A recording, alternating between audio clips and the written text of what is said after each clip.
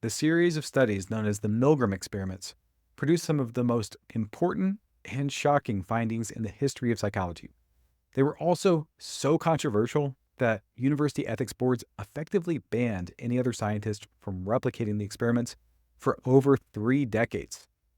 Let's set the stage. The year is 1961. The world is on edge with the tension of the Cold War with the Soviet Union and the shadows of World War II still looming large.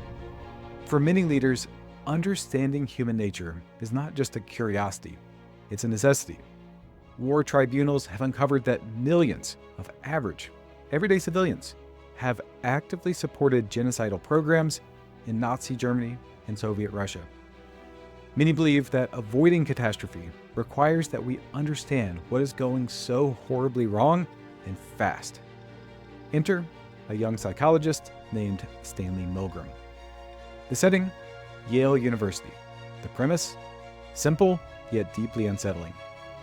Milgram decided to push the limits of scientific ethics by exploring the boundaries of an average person's willingness to obey an authority figure. How far would an ordinary person go in following orders?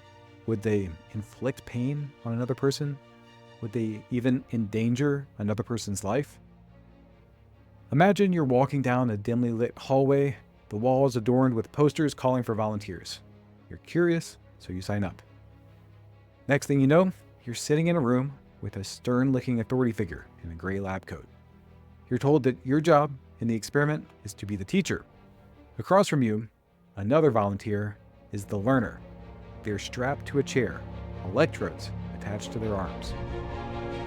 You're handed a list of questions, and you sit in front of a series of switches, each of which is labeled with a different voltage.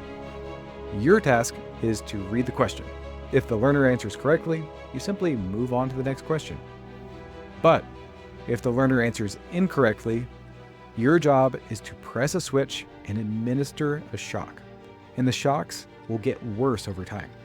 Each wrong answer from the learner means a higher voltage for the next wrong answer. There are 30 switches in all, 30 shocks starting at 30 volts and gradually increasing to 450 volts. You start with mild shocks. The learner doesn't seem to notice the 30-volt shock, but as the voltage increases, he begins to twitch, grimace. You look to the man in the lab coat, and he merely says, "Please continue." Around 150 volts, the learner's discomfort turns to agony. They beg, plead, scream for you to stop. When you protest, the man in the lab coat says, "The experiment requires that you go on." What do you do? Where do you stop? Where do you draw the line? And where do you think most people would draw that line? The answer is unsettling. Most participants didn't stop at all. In the original Milgram experiment, 2 out of 3 participants continued to the maximum shock of 450 volts, and every single participant continued past 300 volts. Even when the shocked learner complained of a heart condition, the shocks continued. Now, you might be relieved to learn that no one was actually shocked in that experiment. The learner was a research assistant, playing the role of another participant. And the shocks were fake. Everything was an act. But participants believed that the shocks were real, and they administered them anyway.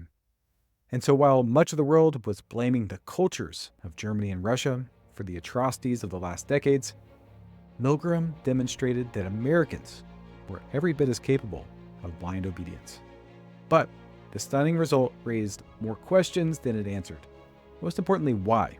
Why would ordinary people so quickly become obedient instruments of harm?